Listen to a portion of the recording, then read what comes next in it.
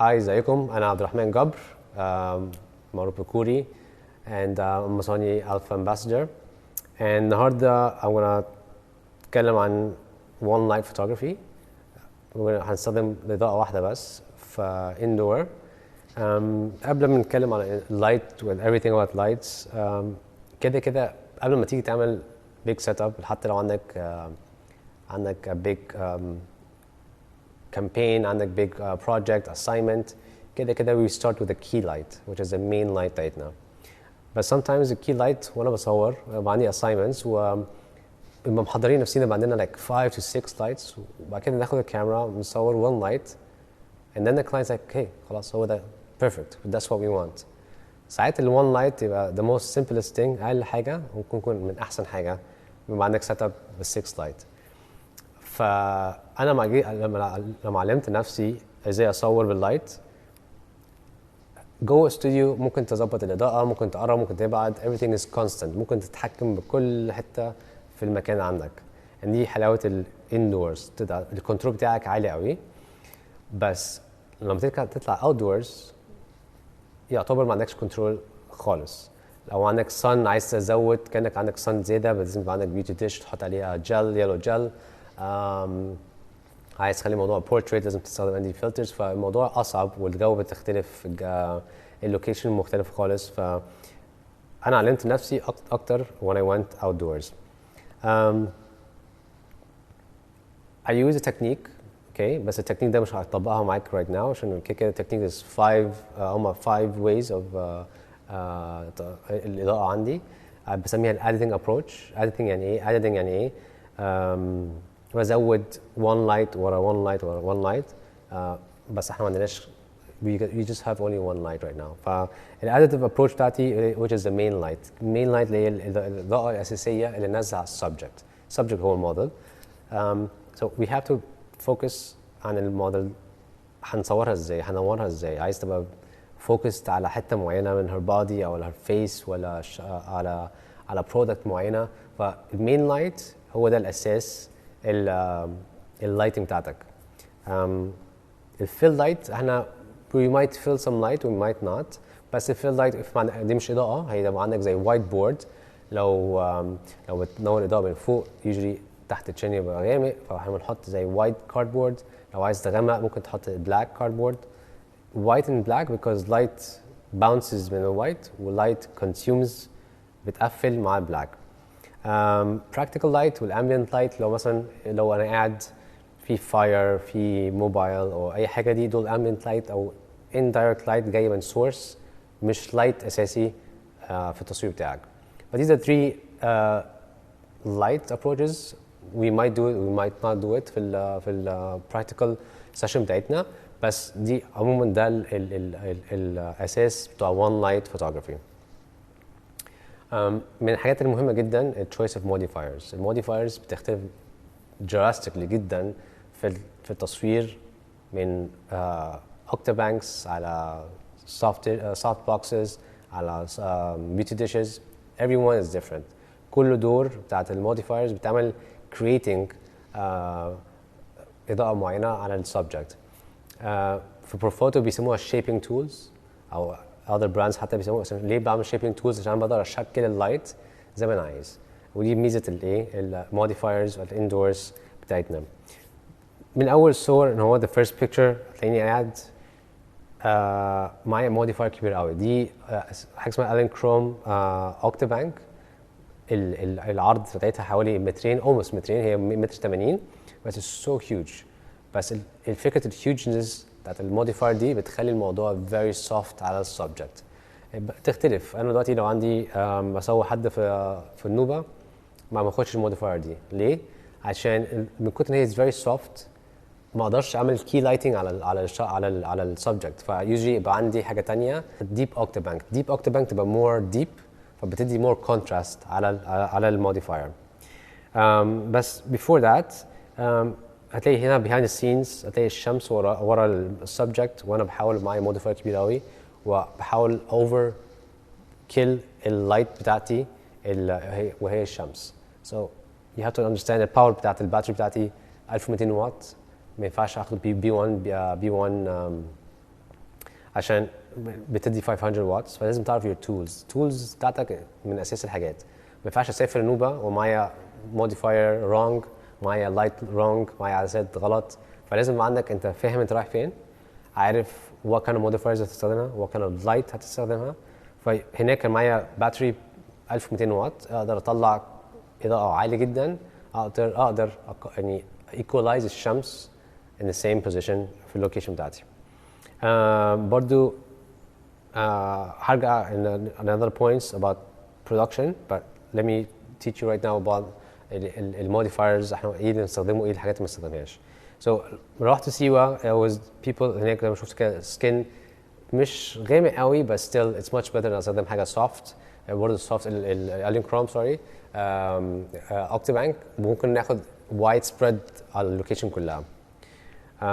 same another picture اهوت النوبه، بس خدت ديب اوكتيبانك تلاقي موديفاير مختلفه تماما زي ما انت شايف كده very oval shape very deep شبه بيوتي ديش بس more elongated شويه و more soft في الادجز. softish بيوتي ديش contrast جامد عليه شويه.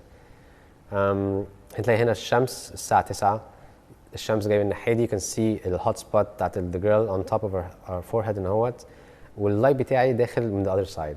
تلاقي الصوره she's very soft light but في نفس الوقت هي دي deep octabank، فالموضوع controlled. اقدر key light على the girl على اليمين، في نفس الوقت it's soft مش overkill، وفي نفس same time اقدر balance مع السن بتاعت الشمس. same picture بس نزلت اللايت تحت شويه، قدرت اجيب the girl برضو everything is very soft. تلاقي background لو هتاخد بالك من الصور بتاعتي كلها portrait، يعني الفوكال لينث بتاعتي يبقى واسع شويه. usually بصور outdoors ب 2.5 2.4. هنا بستخدم ND filters، بحط ND filters وبوسع الابرتشر على الاخر وبعلي اللايت على اساس ان تقدر تقاوم مع الشمس. هنا راجل اسمه حجاج. حاجه تانية برضو لما تشوف ماجازينز، انا ما بحبش اشتري ماجازينز او سبسكرايب ماجازينز على كيندل او بجيب ماجازينز عندي على البيت. بحب اتفرج على الفوتوغرافرز work of other photographers، بعرف what kind of light they're using. ممكن تعرف الاضاءه هو بيستخدمها ازاي بالكاتش لايت. يعني ايه كاتش لايت؟ بتيجي على عينين، you can see هنا اهوت على عين حجاج فوق على الطرف، انت عارف حتى الشكل modifier what he's using. But you can see that it's a octabank، يعني it looks like a circle. في ناس بيحط soft box هتلاقي في العين boxes، so you can see that حاطط he's using 3 lights، واحدة left واحدة right، وحاطط light من تحت. أحلى حاجة في الموضوع it's like a guessing game. يمكن تعرف الفوتوغرافي ده بيستخدم how many modifiers بالكاتش لايت اللي بتيجي في العينين السبجكت. بعدين you can see ان هو على الطرف فوق على الشمال العين تلاقي موديفاير جاي 45 degrees على محجاج ونازل عليه والشمس وراه. I always put the الشمس as my rim light، that's another source of light. بحب قوي sunset sunrises بالذات عشان it gives nice contrasts of my picture and it has this nice yellow blue theme في background. هنا same thing، تلاقي اليلو والوايت. اليلو ده الشمس والوايت my key light. في حد سألني كوري ليه ما تعمل ما تحط الجل في ال other side فتبقى yellow doesn't make sense، ما يجيش. هو في source of light وفي my key light. اوكي انا بحاول اوريك my picture which my picture is my key light. عايز emphasize الحته دي، ف I will keep it in white because that's the way I like it. بحس ان اوكي انت فاهم انا where is my key light رايحه فين. The other one is my fill light which is not my main light، فما ينفعش اخلي المين والفيل. It depends بقى انت عايز مثلا لو احنا في مارس ماشي خلي الاثنين اصفر مش مشكله، بس احنا مش في مارس احنا في ايرث، فعندنا one sun انا عايز perform الموضوع تبقى شكلها more realistic شويه. You can see هنا قاعد والشمس ادي الاوكتوباك نازل والشمس جاي وراه. You can see the temperature وقتها الساعه 9 الصبح، الجو حر جدا، الشمس عالي قوي. Again with my pro photo اقدر overpower اللايت بالباور بانك بالباك بتاعي. One of my favorite pictures اللي خدتها في أسوان برضو اللي هما الولدين. كان الساعه 5 الظهر وكنت عايزه اللايت the two boys في نفس الوقت بس مشكله لازم ابوزيشن اللايت ما بين هما الاثنين، يعني لازم هو يبقى قدام التاني وفي نفس الوقت عايزه اللايت الاثنين في نفس الوقت. فدي كانت تشالنج بالنسبه لي، ما كانتش سهله جدا. نزلت اللايت بارل للسبجكتس بتوعي. عايز اصور البوت، عايز اصور رجلين، وعايز اصور الفيس. الفيل لايت اللي جاي الشمس جاي من ورا الجبال مظبطه كويس. دي بقى مثلا من التشالنجز بتاعت الاوت دورز، انت الشمس عمال ينزل وبحاول الحق عشان كل ما الشمس ينزل ورا الجبل اللايت بتاعي بيقل. I need to finish fast, I had to think fast. فدي احلى حاجه في التعليم. when عايز تتعلم كويس خد your lights, take your friends, go outdoors, practice yourself. بتغيير الكنترولز بتاعت الكاميرا والسيتنجز واللايت انت بتبقى فاهم more about what you have في ايدك، في اللايت، في الباور بتاعتك. ف it gives you a good practice في السيتويشنز زي دي. ف my light was on the right hand side again. حاطط Allen Chrome Octa Deep Octa Bank to get that picture. هنا على ايدين you can see الشمس جاي ورا المركب، اللايت جاي برضه 45 degrees. very simple light. Again overpowering الشمس بتاعي. هنا مثلا another challenge محمد مكة مشهور جدا في أسوان. هو قلت له انت عايز تصور فين؟ قال لي انا عايز اصور في الجزيره في وسط النيل. قلت له اوكي ليتس جو. انا ما كنتش اعرف ان الجزيره دي الخزان بيرفع او بينزل بعد اسمه ده بعد المغرب او بعد العصر على طول، فالليفل بتاعت الميه بتزيد. فانا ما كنتش عامل حسابنا كده خالص. فاحنا نزلنا وقفنا حطينا كل حاجه، شويه شويه لقيت الميه عماله تعلى تعلى تعلى تعلى.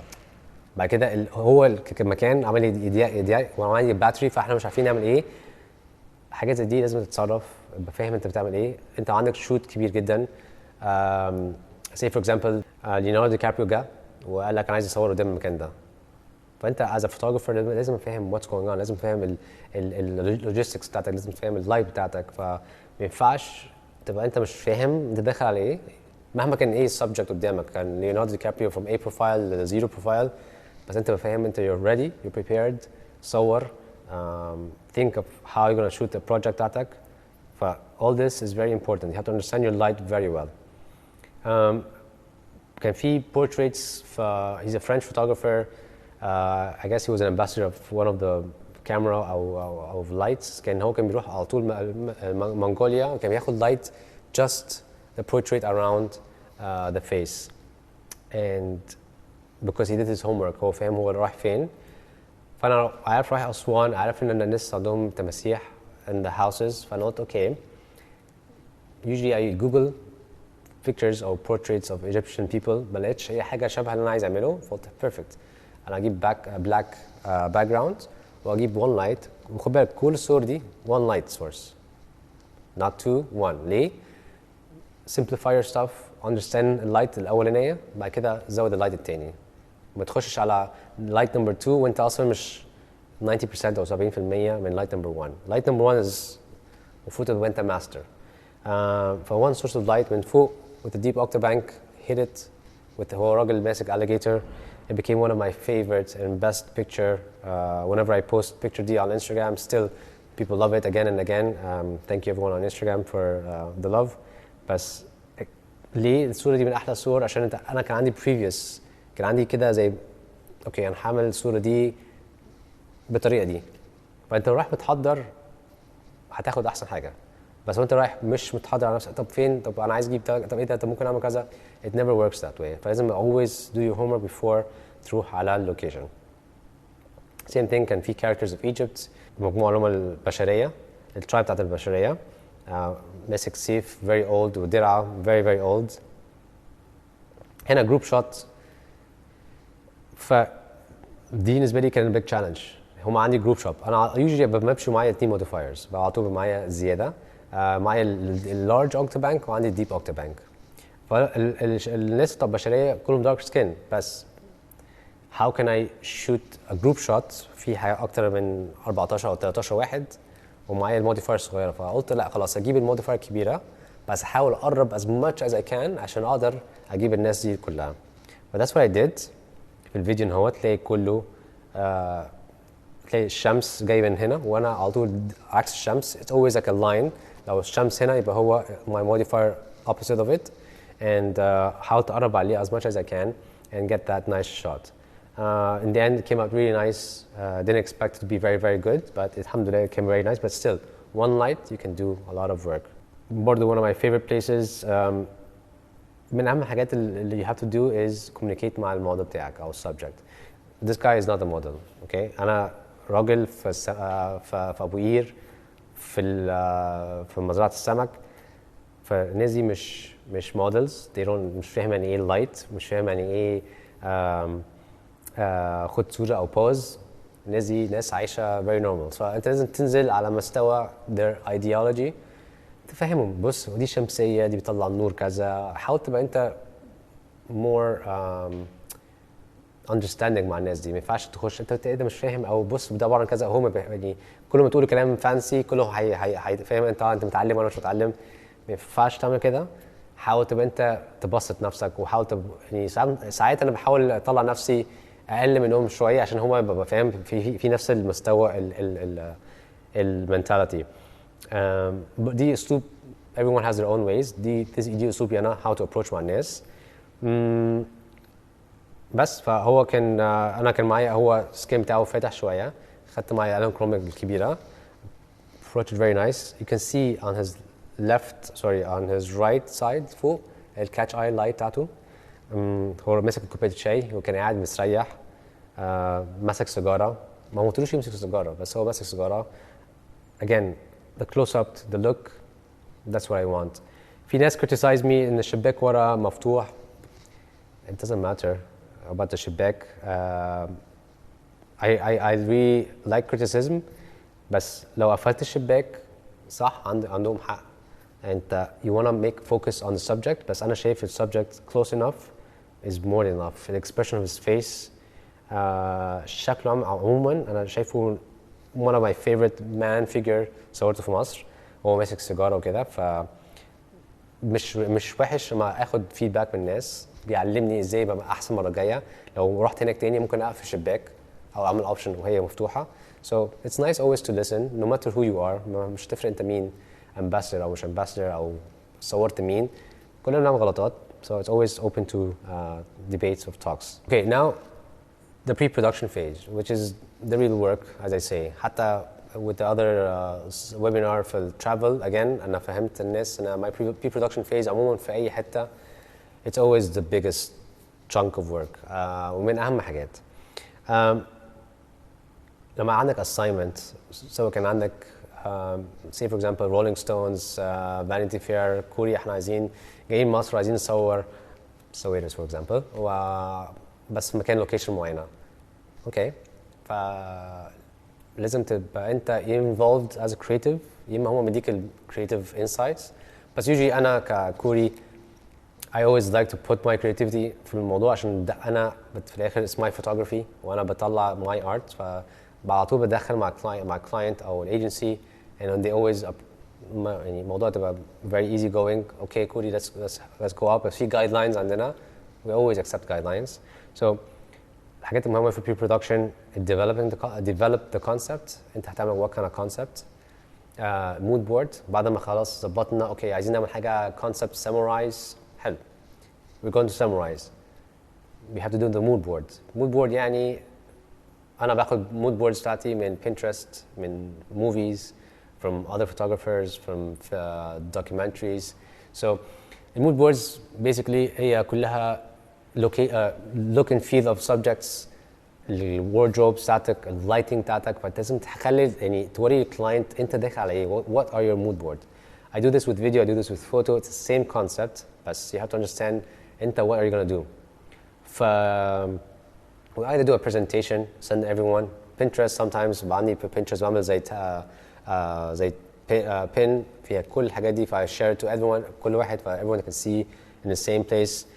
And then I have to scout locations.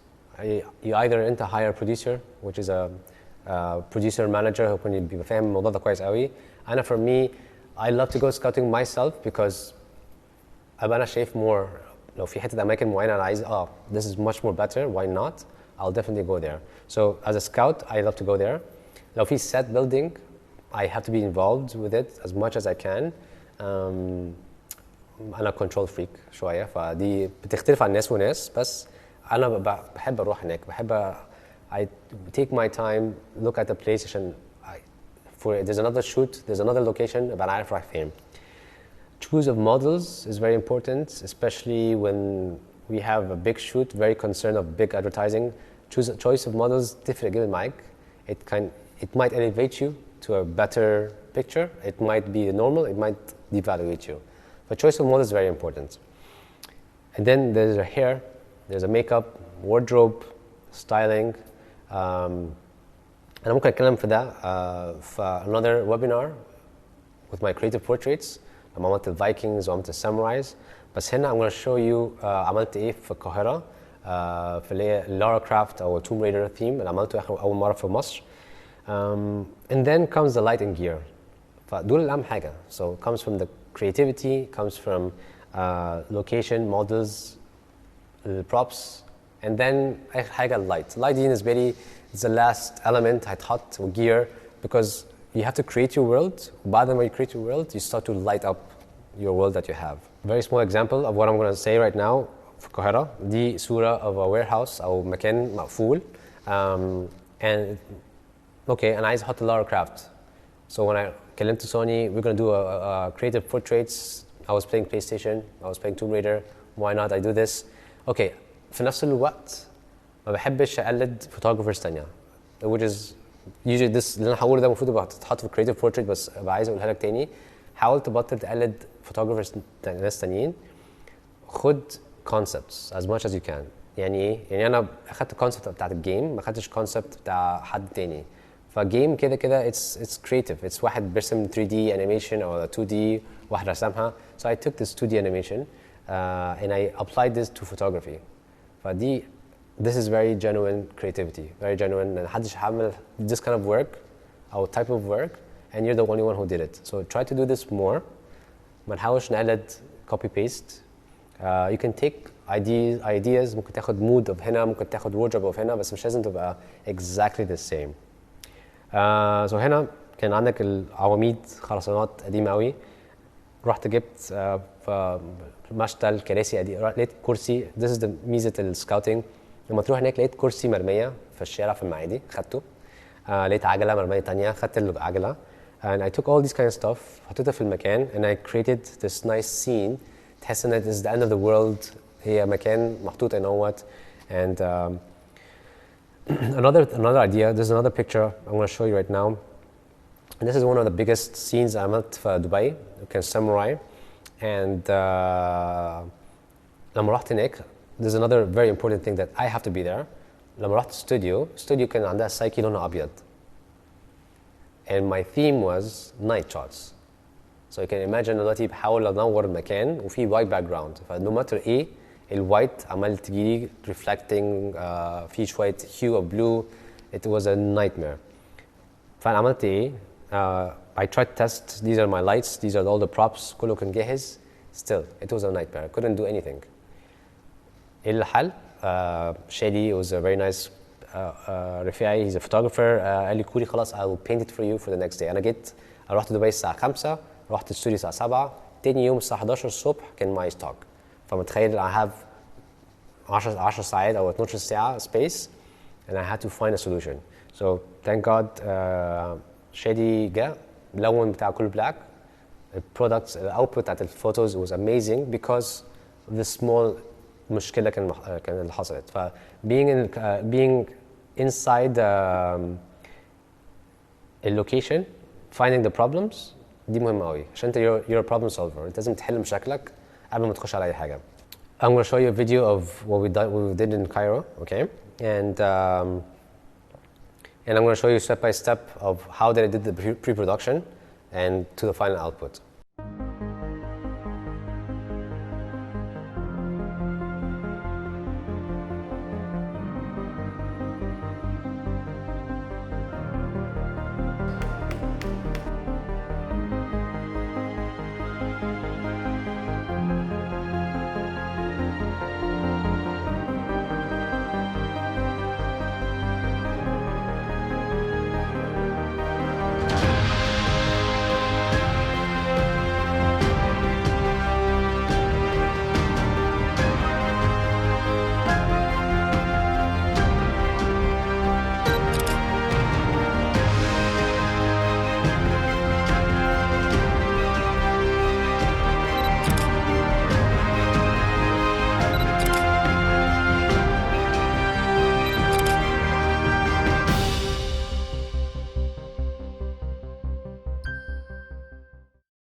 So this is the mood board. These two pictures, okay, واخدة من game زي ما انت شايف كده. It's about actually one of the pictures in Pinterest, تانية من على Google Images, and this is the mood.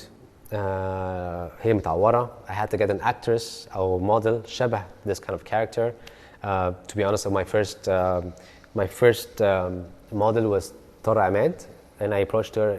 يوميها كانت هي she was busy, and then I got ممثلة اسمها إيه سماح. And she wasn't that tall, but she was okay, perfect for the role. She was very kind enough for تيجي, it came out really nice. So the first picture على over here, the multiple lights, but we're not going to talk about, مش هنتكلم على this light. We're going to talk about this light. It's only one light. This another picture, then another mood board. بحاول برضه اشرح لكم المود بوردز عامل ازاي. ان هي انا اخدت المود بورد البيكتشر على الشمال اللي هي a lot of green والهيز. في المود بورد الثانيه البيكتشر الثانيه سوري اللي هي الماسكه فاير. So خدت الكومبينيشن بتاع الاثنين وحطيته في one picture. Okay, so that's how you combine mood boards and pictures together to make one nice masterpiece of picture. This picture 90 degrees من فوق زي ما شفتوا في الفيديو. عايز اوري العجله, عايز اوري الكرسي. It's only one light, and sometimes with one light makes the perfect image that you want. You can see the difference between the final image وال concept image. هنا light diagram. My light جاي انا بستخدم Allen Chromatolux B1 جاي ناحية الشمال, and the model over here, and I was 90 degrees on top. So دي الخطوات اللي بعملها قبل ما اصور بال one light 1 أو 6 8 10 lights, مش فارقة خالص. دي الخطوات اللي بعملها ال pre-production. أنا right now بعمل 3 سيت اب هنا هو في shelter art space. 3 different setups, 1 light, 3 modifiers. أنا معايا deep octabank واحدة, photox a little bit wider, وعندي beauty dish. هوريك ال directions بتاعت each one. في واحدة more of a commercial, تانية magazine, آخر واحدة fashion شوية. أوريكم بس style of my work ماشي ازاي, اللايتنج ماشي ازاي, and همشي معاك one by one, and yeah, hopefully you guys get a hang of what I'm doing. Well, let's go. Okay, so right now we are in the في ال live location right now. احنا في 3 setups ups هنعملها. Again بنحاول نكريت احسن حاجه with only one light. زي ما انت شايف كده setup is just one light, nice setup. We have an amazing model Noreen. في ال pre-production, and I mentioned there's many categories. I always work with people that I love to work with. Makeup with Mariam, stylist. Sometimes بختار من حسب ال specialities. في collaboration with videos with Khalifa. So كل واحد فينا لازم يبقى عندنا في point of team crew عشان نعرف create the scene. أنا just tip of the iceberg. في ناس كتير قوي حواليا بنشتغل from grip, from post processing, لكل حاجة من الحاجات دي كلها. So النهارده عندي one light. I'm using a Profoto light. مش هتفرق. I'm right now using B3. It's an old style, very old studio lights. بس there's a B1X. You can use any kind of source of light. I'm using one modifier. زي ما شرحت لكم في الموديفايرز. I'm using the deep octabank Allen Chrome. ليه اخترت الديب؟ مع ان نورين her skin tone فاتح. انا عايز الموضوع تبقى very dramatic, very cool. زي ما انت شايف كده records على الارض, piano, old records. انا عايز ابقى focused عليها هي بس, و everything will be more dramatic شويه. Again, كل واحد ليه ستايل بتاعته. انا بحب more of a little bit dark scene. I have a kind of a dark side in me. فكل واحد ليه his point of view. في ناس عايزه very whitish, brightish. انا ما بحبش. I love cinematic mood. And ده الطريقه اللي بحاول create my pictures يعني. So basically أنا كنت بتفرج على فيلم Straight Out of Compton اللي هو ال NWA band. فكان في أول scene كان دكتور دري كان قاعد على الأرض حاطط headphones. He's listening to records. I love that scene. قلت why not duplicate it from that, and so here we are. Noreen, she's a very cool persona. You know what? She's a guitar, skateboard, listening to music. So the teenage Avril Lavigne style. فده الدايركشن هنشوفها. I'm using Capture One عشان capture pictures. So just did a test shot.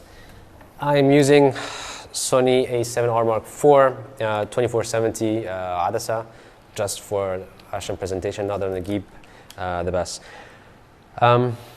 أنا شغال 1 على 320 shutter speed f2.8. ليه f2.8؟ عايز الباك جراوند to be a little bit soft زي ما انتم عارفين كده في presentation. أنا I always love the portraits mode. تبقى everything back تبقى blurry وقدامك تبقى sharp.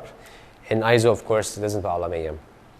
So yeah, Profoto, Chrome, Sony مش هتفرق. أهم حاجة عندك السين بتاعتك عاملة ازاي. هعمل أول تيست شوت right now. زي ما انت شايف زي ما قلت كده الأول أنا عايز السين هي بتسمع بالهيدفونز. بعد كده السين التاني تبقى هي قاعدة على الحيط. I really like this wall. ممكن نستغل التكستشر اللي ورا دي باللايت. بس البوزيشن بتاعتنا زي ما انت شايف ان هو here it's very close to the ground. Okay. وعايز تبقى more source of light تمشي straight. So الهوت سبوت بتاعتي في النص والاراوند تبقى soft. So Noreen she has a little bit white skin فبنحاول نقلل اللايت as much as we can. بس the more further away the more light intensity بيقل. The more close the more higher the light it goes. Okay, I'll take the first shots and see how it goes. Okay, Noreen, perfect. I really love that one. هعمل أول shot, just a close-up shot. Amazing. You can see over here. ممكن ناخد اسمه ممكن بس نغطي بس ده. ففي حاجة من الحاجات اللي أنا المفروض أجيبها بس we don't have it اسمه flag دي يعني إيه؟ أنا عندي زي ما شايفين كده picture. This part is very bright عشان هي metal surface فأنا عايز أغطي metal surface. if I can as much as I can نقفل الحتة دي بس. So this kind of flag المفروض يبقى فيه flag بس احنا we don't have it right now. بس this is طريقة how you can control اللايت بتاعتك تنور حاجة وتنورش الحاجات اللي مش عايزها. فدي هتعمل reflection جامد قوي بحاول أبنحها. So let's go again. I always لما ببتدي أصور ببتدي ب 50 mm. I love to see that 50 mm look. بعد كده one by one I built up how it goes. Let's go for another shot. Perfect, Noreen. Amazing. Let's see how it goes. So you see خدت بالك انت دلوقتي اللايت قلت شوية من ناحية الستيريو ف it looks much more better. I love the look at Noreen. She's very calm and nice. You can see here everything is sharp. Her eyes. Yeah. So that's the first scene that I want. This is the 50 mm look. I really like it. One more. أحلى حاجة في Sony and if I can see like this, I can always flip the screen and just always have that look over here. Okay. And I don't need to be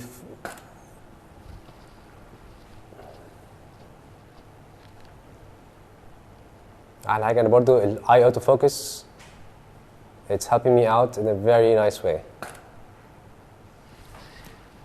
Amazing. So this is the last shot. يعني ممكن نقول نورين تخلي تبقى more yeah looking up شوية ناحية ال light. But this is a really nice shot. How to look at the light شوية.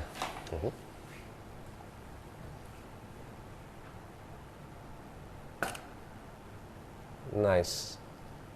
So far we have it. Amazing.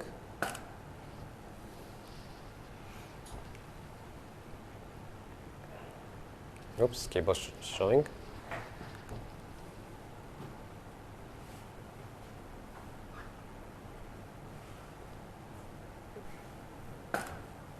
Okay, والناس كتير جدا هتسألني what is this cable? It's a tether cable from tether tools. Okay, you can find it online. But this everything goes from here to my computer over here. So did we cover this, Ismail? حاسس ان انا برضو it's a little bit bright. هنا كان كويس. So we need to cover it اكتر. One more time. يعني خلي دي تبقى more like this. Yeah. بس اهم حاجه ما تجيش عليها. Yeah. Let's see one more time.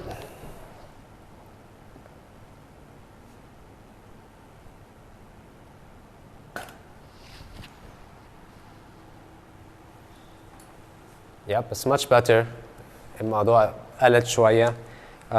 ممكن نقلل شوية بدل 320 I can make it 250 shutter speed. Alright, so and I had this shot. I see this is a really nice one. Don't think I'll need anything more. ممكن can you hold the guitar? And right now I want her to give it another look. عشان تبقى another idea. So هي قاعدة كأنها she's بتسمع and she's listening and she's playing. Yeah, I like that she moved her legs just body-wise. She has to adapt to what we're doing. Let's do it one more time. Perfect. Amazing.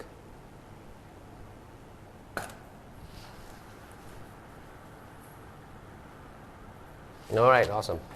So she's closing her eyes بتلعب guitar. I really love the record حواليها. So far looks good. هنجرب مرة she's closing her eyes, مرة she's opening her eyes. All right.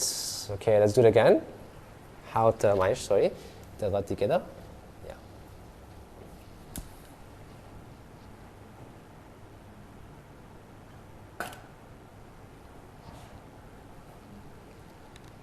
Try to get a little bit portrait كده mode.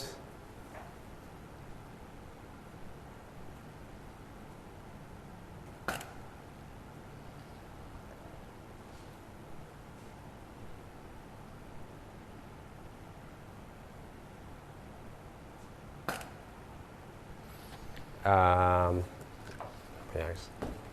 Okay. Yeah.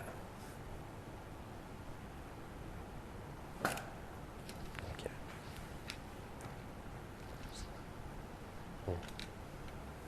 ممكن تبصي هنا? Yeah. Perfect. Yeah. So I'm just changing her direction of eyes. Same thing. All looks same.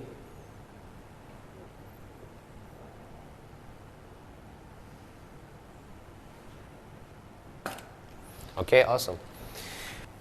So these are pictures so far. Oops.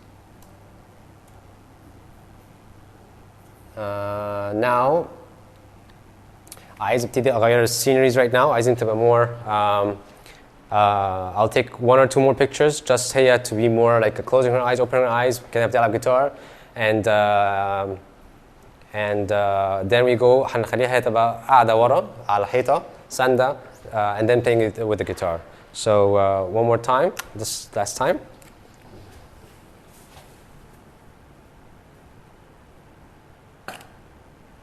Okay, so you can put this one, ممكن تحطي دي هنا, just like that. تسيبيها. And then اسمعي like that, yeah, just like that.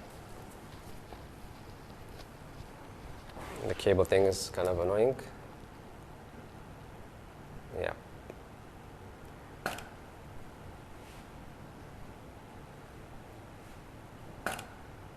Perfect. I guess these are the things I like. It's very simple, very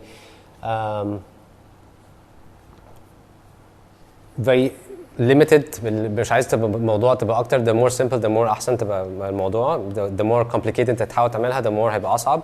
Because we're using only one light. احنا لو عندنا multiple lights ممكن بقى تبتدي تحط بقى elements كتير اللي أنت عايزها. بس لما عندك one light, you can control it. It'll be very nice in this kind of situation. Okay, we're going to do the second setup and see how it goes.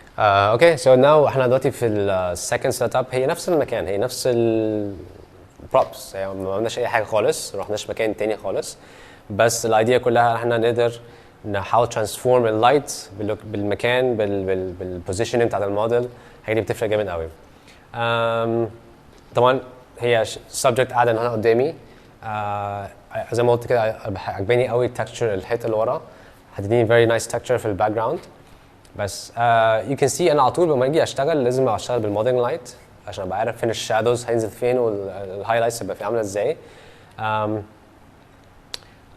عملنا شويه تest shots just to make sure everything is right. حركنا اللايت يمين شمال، بس I'm gonna go right again. هنعمل الكلام ده تاني.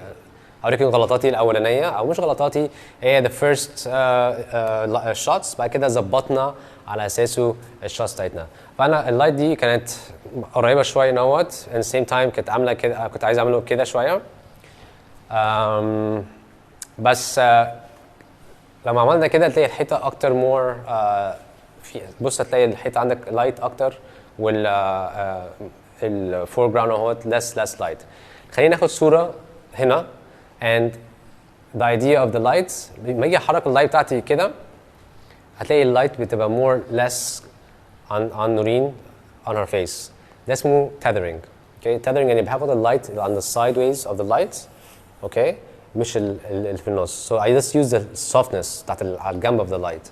So عايز اقرب عليها يبقى كده ان هو تلاقي الهوت سورس بتاعتي الهوت سبوت في النص، والدي اللايت عشان دي اوكتا، فالاوكتا بتنزل more straight like this. Okay. بس انا عايز الحته دي this area is very soft. هنا it's very harsh light. فانا عايز اقلل اللايت بتاعتي. تعالى نشوف الاول اللايت سورس بقى هنا بعمل ازاي، ولما اجي احرك الموديفاير لما اجي بظبط اللايت بتاعتي بظبطه على one location وما احركش لايت خالص، بحرك مع السبجكت بتاعتي. ممكن اخليها تيجي يمين شويه شمال شويه، رقبتها فوق رقبتها تحت، بس انا ما احركش اللايت. طالما انت عندك السطر بتاعتك كلها متظبطه just leave it as it is وغير subject على اساسه. ده هيفيد معاك لما تبقى عندك multiple lights source in your shoots. اوكي so خلينا نخش ناخد الاول test shot بتاعتنا. again انا برضو 2470 right now the focal length ما بين 60 right now. I want to get a wide and let's take the shot.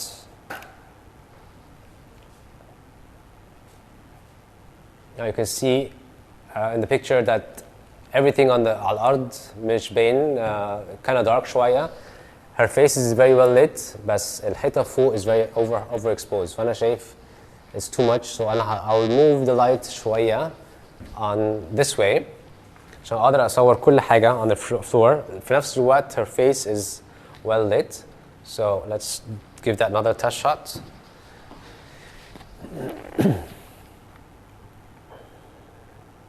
Perfect, Noreen.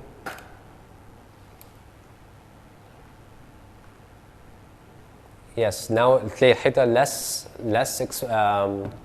less overexposed. It's much more better. بس أنا شايف أنا ممكن أقلل اللايت سورس شوية عشان أقدر، أو أقرب السورس شوية عشان أقدر أنور الحتة عن النورين شوية. So أنا هنزل اللايت شوية وأحاول أنزل السورس دي. Right now it's very up. أحاول أنزل عشان هي she's on the floor. أحاول أنزل دي تحت شوية وأطلع تلت دي up الكانفاس اللي اللايت. So أنا هنزل دي تحت. This one more like this. وأحاول أطلع دي شوية فوق سنة. And bring this backwards this way.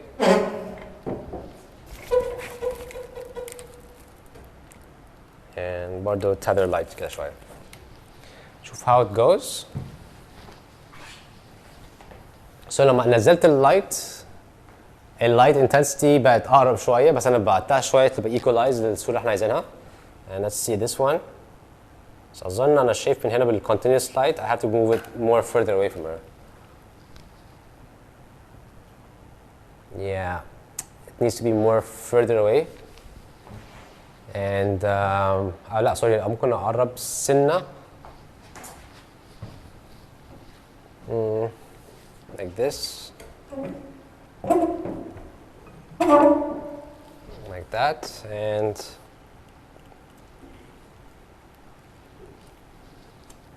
right, let me زود one more light exposure, see how it goes. And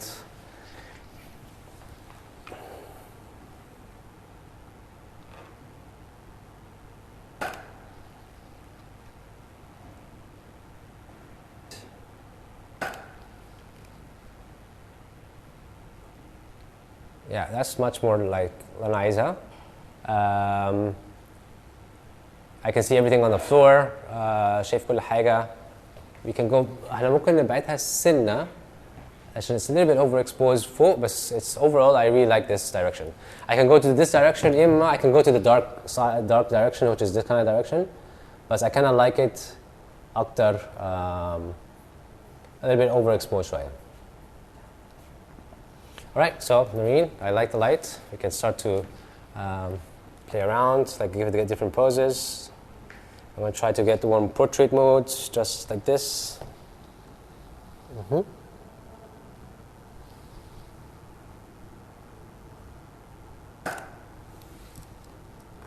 Just her and the skateboard. And one more like that. Hal araba liki.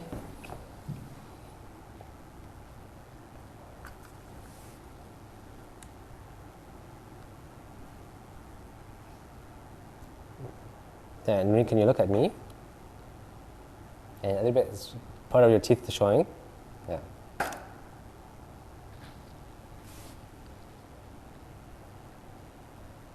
Okay, I'll take an angle.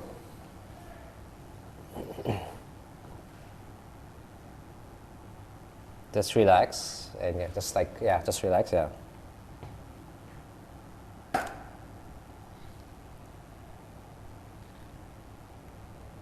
Nice. Can you look more to the light if you can?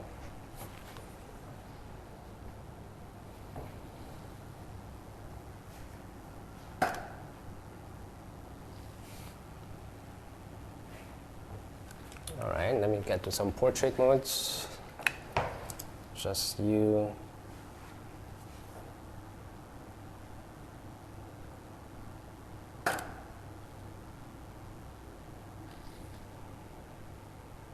Yeah, it's like a little bit closer to her here.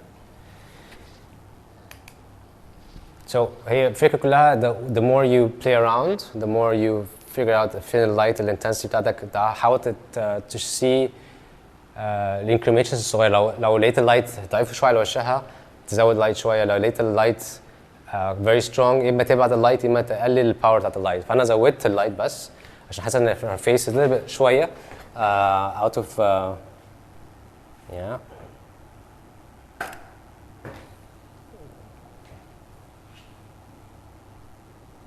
Okay.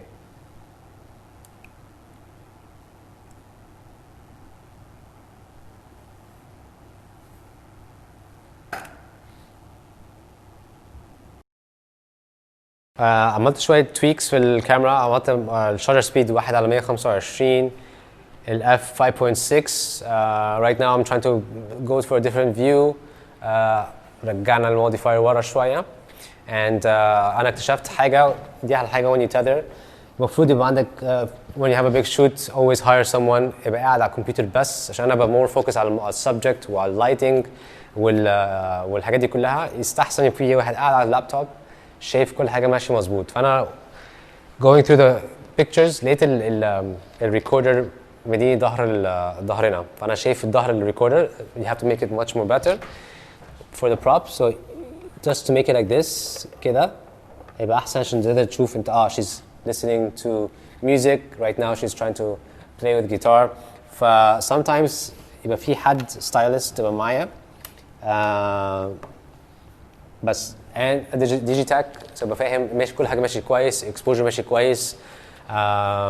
والحاجات دي تبقى مطلوبه اكتر في البيج شوتس للماجازينز editorial to your personal shoots. لو انت عارف لو اجيب اي حد معاك يساعدك بس مهم قوي يكون عنده واحد ديجيتال تاك واحد معاك ستايلست تظبط الحاجات دي. Right now we're doing a presentation ف it is we're trying to do it بنحاول نعملها كأنها advertising بس في نفس الوقت everything has to be perfect. Picture is perfect بس لما prop tag مش مظبوط زي قلتها. ف it's very important تاخد بالك من small details. احنا عارفين عندنا كهرباء ان هوت we can do anything about it لازم نشيلها. So we can do that with Photoshop. But otherwise makeup, hair, props كل الكلام ده يكون جاهز from the pre-production زي ما احنا اتفقنا في presentation للفاينل output. But just always be careful of the small things. أنا غيرت settings and let's see take some test shots and see how it goes. And I'll try to go with the wide بعد كده ناخد ال close-up shots. So I want to take everything as much as I can. I go backwards and with a 50 millimeter. All right, let me see this one how it goes. This is very nice.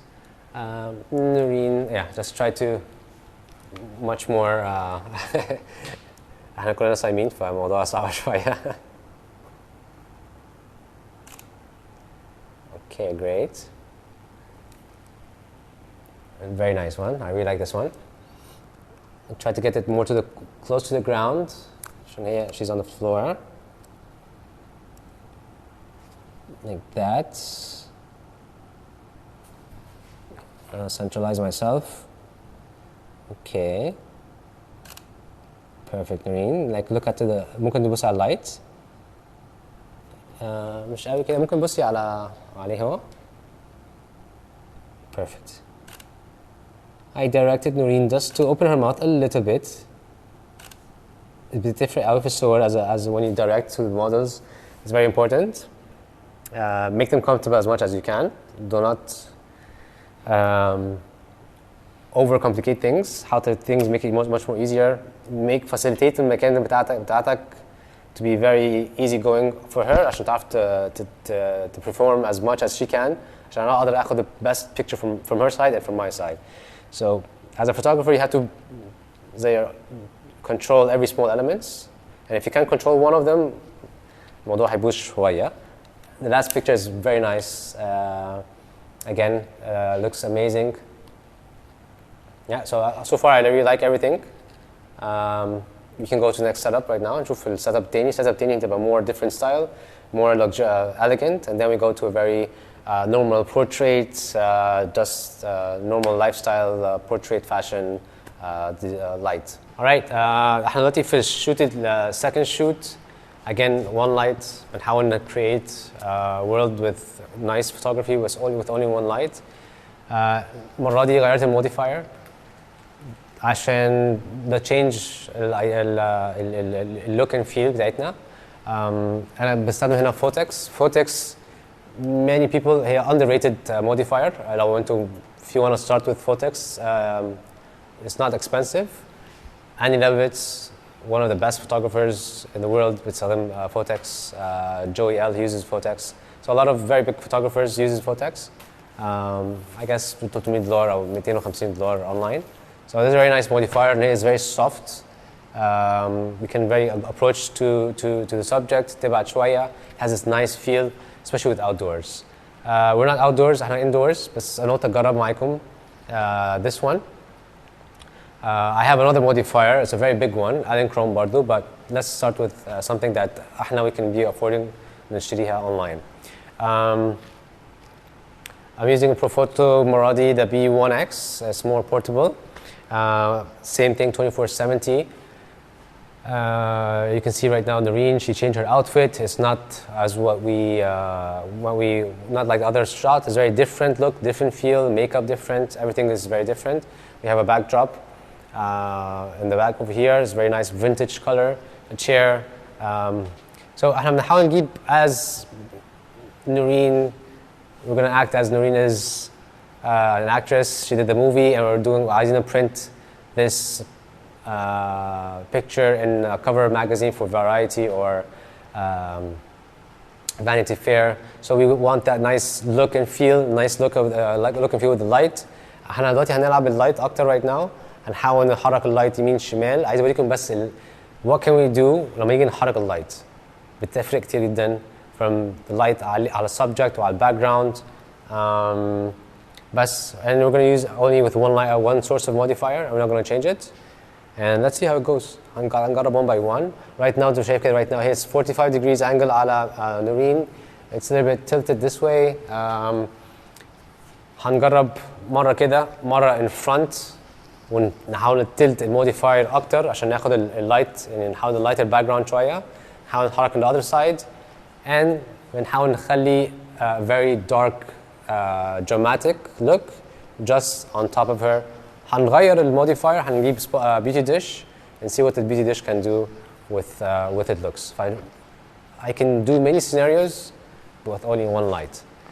The other shoot was more of a commercial shoot. This is more of a magazine shoot.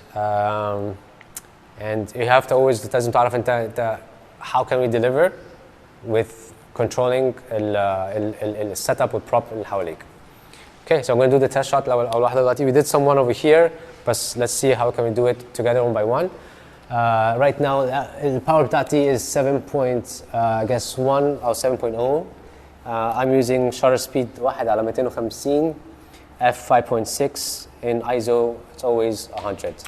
All right, so Noreen, just we're gonna have over here. I'm gonna take a wide shot, and عايزك تبصي على the statue as much as you can. Okay, and let's see the shoot. How does it go? I'm shooting wide كده عشان I can crop بعد كده. I just want to see how the light goes. You can see right now the light is very dramatic. The left side بتاعتها very dark. Not very dark, but it's a little bit dark.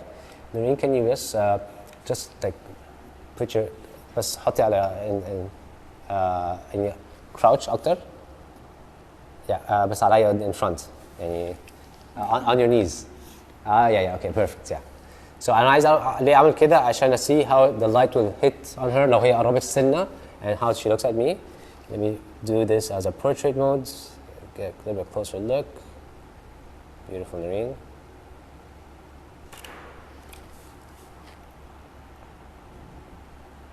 Okay, now the left side is very dark because هي لما قربت شوية she went far away from the light and got more very dark. So حاجة زي كده it's not in our direction. احنا مش عايزين نعمل فيلم horror movie direction في الموضوع. مش عايزين نعمل حاجة كده مخيفة. She's not lit. Her eyes من تحت is dark because هي ما قربت light source غطت على عينيها. So we want to change the position of light. بس احنا كده now we understand that the light on the right hand side هنا على اليمين and going on this side. So basically everything on the left hand side كلها بقت غامق جدا.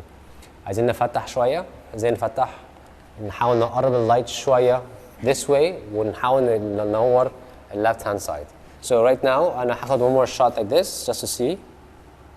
Perfect Noreen. Okay. Alright. عشان نورين هنا بصت فوق شوية على الموديفاير نورت سنة شوية her face but still a lot of part of her face is dark. I like it. بس ممكن الaudience بتاعت المagazine or audience بتاعت the people they want more brighter style, so we're going to try to make it much more comfortable and much more lighter, brighter. هنقرب الموديفاير شوية. Okay. بس لما نيجي نقرب خلينا احنا try to it's not going to hit on the ceiling. نحاول نحرك برضو دي. ينفع نحرك دي شوية. Yeah, tilt it. No, اطلع فوق. And هنحاول نخلي كده شوية. A little bit more this way, yeah, okay. And هنا نحاول. Alright, so أنا دلوقتي حركت الموديفاير شوية. عملت التلتنج للموديفاير كده اللايت سورس. This is the hard part. هتنزل على نورين بس more of it هتيجي على الباك دروب. so هتشوف دلوقتي difference. هتلاقي الباك دروب نورت شوية هي نورت أكتر شوية and now we can see that the light هتيجي in front of her face so we'll have more light in her face. so تعالوا نجرب تاني right now.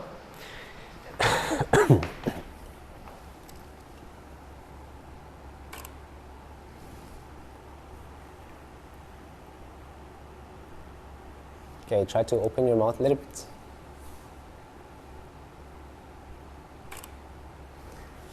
Amazing.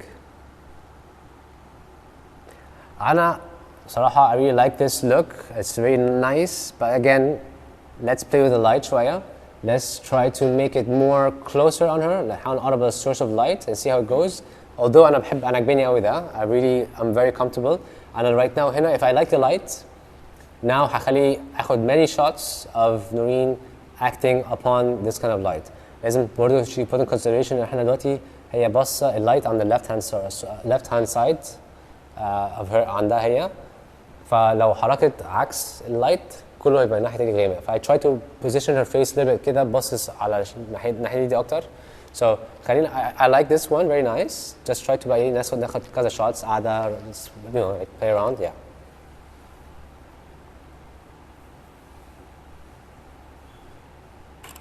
Okay, another position. بس انت كده تبعدي اكتر، حاول تقربي اكتر من ناحيه اللايت. Yeah. Perfect.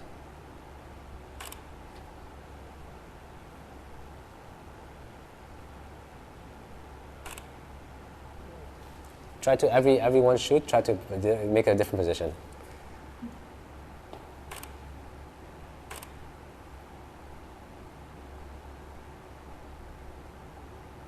You can look at me if you want. Yeah, that's nice. تبص تحت هلاقي. Okay. Awesome. Change. All right. So this is what I said I like. I can always change different position on the same look and feel بتاعتي. Now I'm going to change the light source. في نفس الوقت هنبتدي بقى نحرك اللايت. تعال نحرك اللايت شوية a little bit closer to her. Now لما نيجي قربنا اللايت شوية. Let's go back this one. نرجع دي شوية. Just bring it backwards. أيوة. Perfect. Now أنا دلوقتي هخلي الباك دروب هي نور أكتر معاها. So now I'm shifting the light closer to her, and I'll try to make this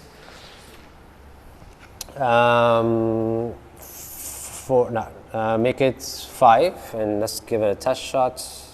See how it looks like.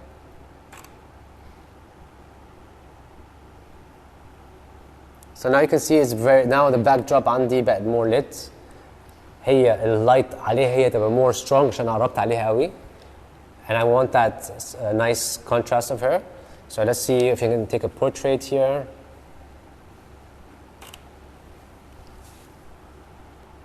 So yeah, now it's very different than what I want. What I had. This is what I had. It's much more darker. دلوقتي the background عندي more lit. هنا you can see there's a lot of dark sides في الجناب. Here is very soft, but when we change the light position of the light, but more flat in the backdrop, which I'm not a big fan of it, صراحة. بس احنا بنجرب and see how can we play with the light with one light. How can we make this look very cool? Yeah, very nice. Okay. Put your put your hands. Yeah, exactly.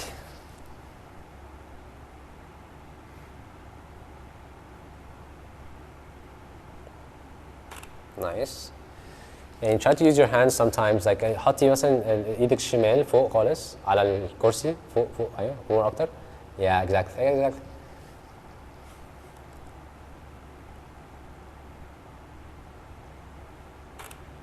Okay. عايزك مثلا تبصي on this floor, this side here. Yeah.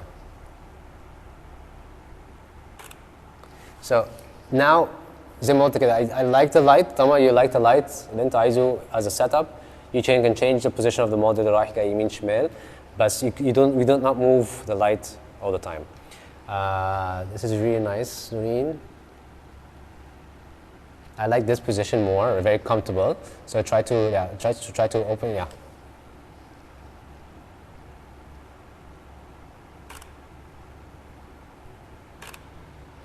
Okay, perfect. All right, so I guess this is what we want. This is when we're in the light. عندنا كذا pictures of this position or this position. Right now, we're gonna do another setup. هنحاول نخلي الموضوع more dramatic with the beauty dish and same outfits and everything. وهنشوف how نخلي الموضوع ده very dramatic. Everything's very dark. Only her face هيبقى more lit. So. كنا عايزين نعمل موضوع بيوتي ديش, بس قبل ما نروح نحرك نغير الموديفاير نعمل بيوتي ديش, قلت why not react this as a beauty dish. فدي نقلبها فوق زي ما انتم شايفين right now. كانت في الاول بانجل 45. usually وانا بعمل سيت اب كبيره جدا بعمل my key light and this is my surround light. So ما عنديش like two lights, عندي only one source of light. So I'm going to use this as the whole surround light and all قدامي. So it look like more of a dramatic look because the light is coming down from the top. فأنا هنا بحاول أخلي اللايت exactly not 90 degrees عليها عشان you can see this نازلة exactly نهوت. حاولت لو عملت اللايت هنا okay هتلاقي background very white and plain, which أنا ما بحبش direction ده.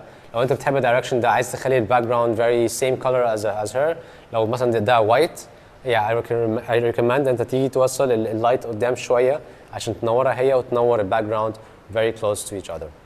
بس انا مش عايز كده، فانت عندك السورس اوف لايت نازل هنا this is a harsh light وانت عندك هنا السوفت لايت، فهتنزل بس برضو هتنزل على نورين a part of it a little bit harsh light. انا عايز الموضوع ده ليه؟ عشان تبقى very badass look in a cover of a magazine or of a picture or a poster or whatever, and the background تبقى more dull، فانا عايز الموضوع تبقى اقل شويه في اللايت. So that look and feel اللي انا عايز approach on it. Let's make a test shot. Noreen, the idea is that she is wearing a dress, but at the same time she's wearing sneakers. الموضوع look ان هي تبقى more of skateboarder wearing a dress. So she's going to act as accordingly. تخلي الموضوع تبقى very crazy look, but at the same time looks very nice. It can be presenting very nice as an image. So we're going to try right now a wide angle. Okay, Noreen. Awesome. I know you like that look. Perfect. Let me see right now, Hannah, look. Yeah, it's very nice. I really like it. More of, oh, yeah, I want you to be more badass, yeah? Okay.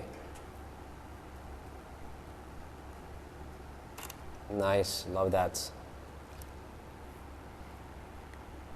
بس لما قربتي راسك غطيتي شوية على اللايت. It's alright, it's alright, it's nice. But try to understand that you have to always leave it راسك تبقى ورا شوية.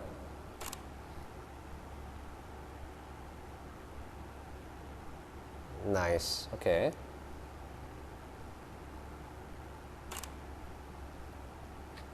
Try to look at the computer if you can.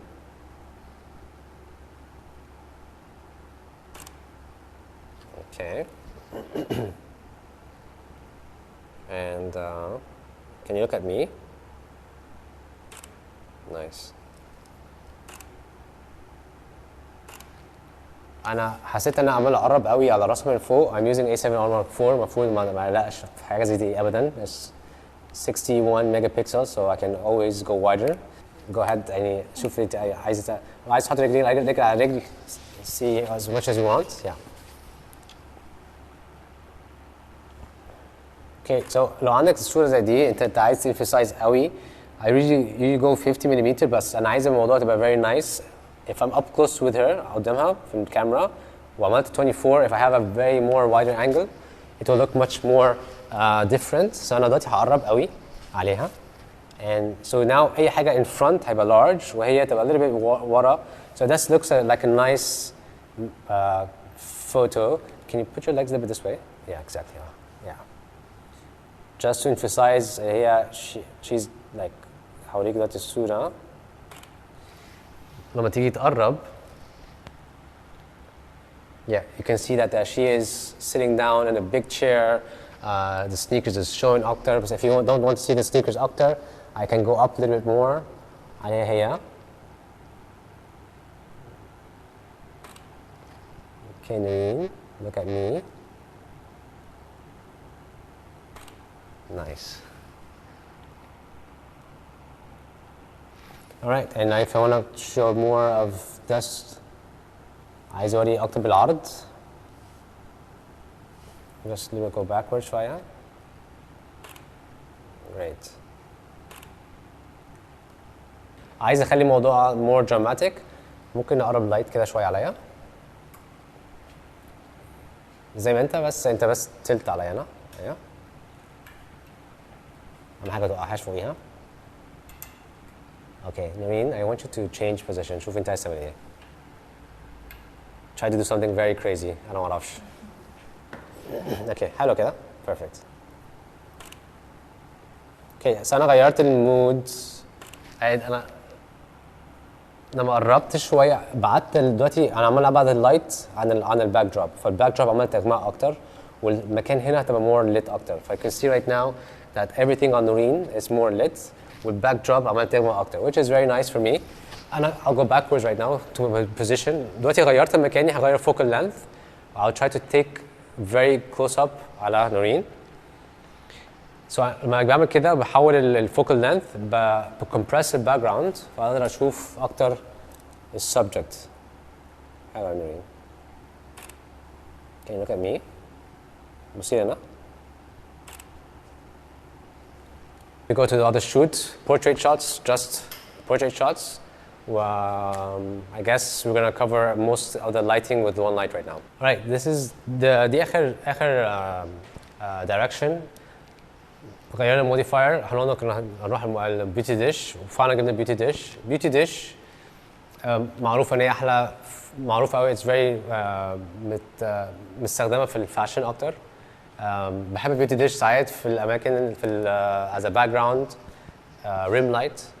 بس right now احنا بنحاول نخليها as a main light. Okay, so beauty dish is very high contrast. عشان كده بيستخدموه في الفاشن. They want to show a lot character of the model. And هناخد more of a waist لفوق وبعد كده ناخد شوية more of a close up.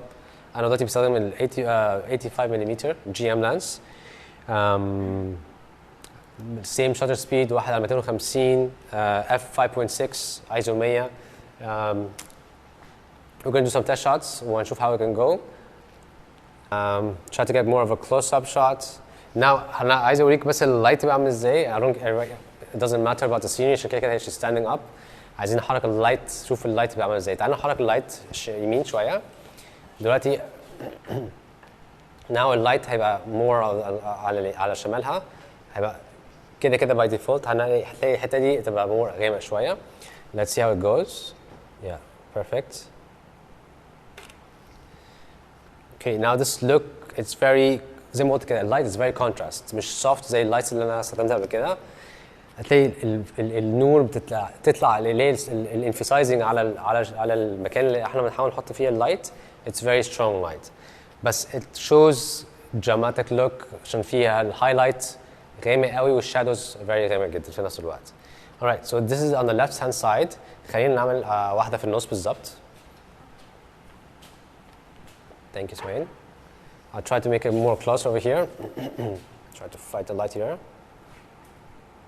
So ممكن نبعد سنة شوية ورا شوية. Thank you. بس كده. هي مشكلته لما تيجي حاجة قدام always have to struggle في اللايت here في الفريم. Okay. So this لما يكون اللايت straight عليها. Sorry, it's not مش مظبوطة. احنا ممكن نعمل حاجة، ممكن نرفع دي فوق. ماشي. Yep, that's it. Okay. Okay, now اللايت هتيجي عليها straight في نفس الوقت there's no shadows بقى على الشمال وعلى اليمين، هيبقى straight عليها واللايت هتضرب الباك جراوند فهنشوف هيبقى how it looks like. Okay. Can you look at me?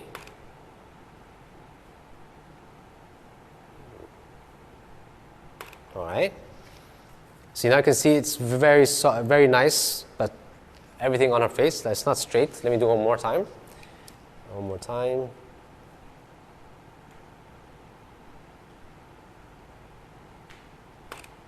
Perfect. So عايزين ناخد صورة تانية. We're gonna make it very dramatic. Okay. هنخلي الموضوع تبقى very straight on top زي التانية، بس التانية it was very wide. الموديفاير كانت كبيرة جدا فكان ممكن توزع الإضاءة جامد قوي. المرة دي more focused. فهتلاقي الفكرة دي تبقى more dark فهنقلب ده كده.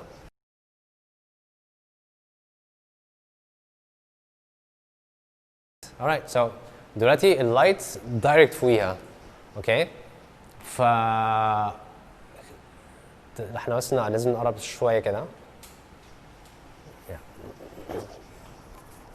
Yeah. That's it. Perfect. Okay, so هنشوف how it looks like.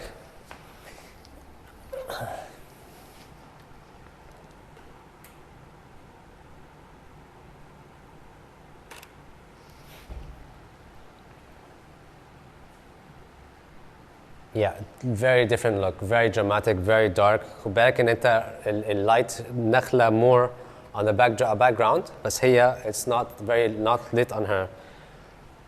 طبعا we have to make it more lit فاحنا عايزين نحاول نقرب عليها اللايت شوية. One more time. حركنا اللايت شوية. Now you can see a very big difference between the picture الأولانية والثانية. لما حركنا اللايت. بس the look and feel اختلف تماما من الشمال front وفوق. I like this. It looks much more cooler. I like the way اللايت تنزل عليها very nice, very cool. الحاجة الوحيدة ممكن now we can play around with the pauses.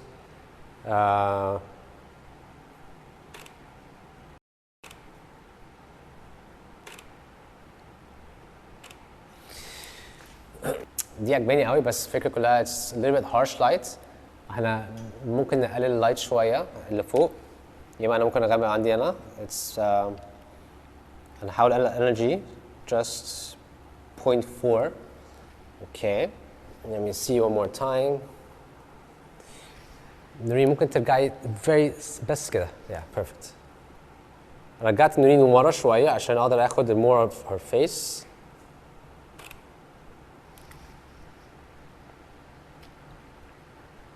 yeah, ممكن ازود سنة like 0.2.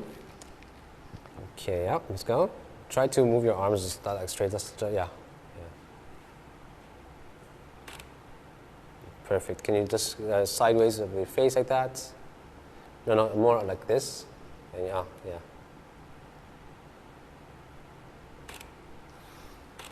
All right. So I guess زي ما شفت كده right now, just changing the light, changing position of model. احنا ما حركناش تاني، بقولها للتالت مرة. لما once your light is very good, البوزيشن بتاع اللايت بتاعتك very perfect، خلاص we're done.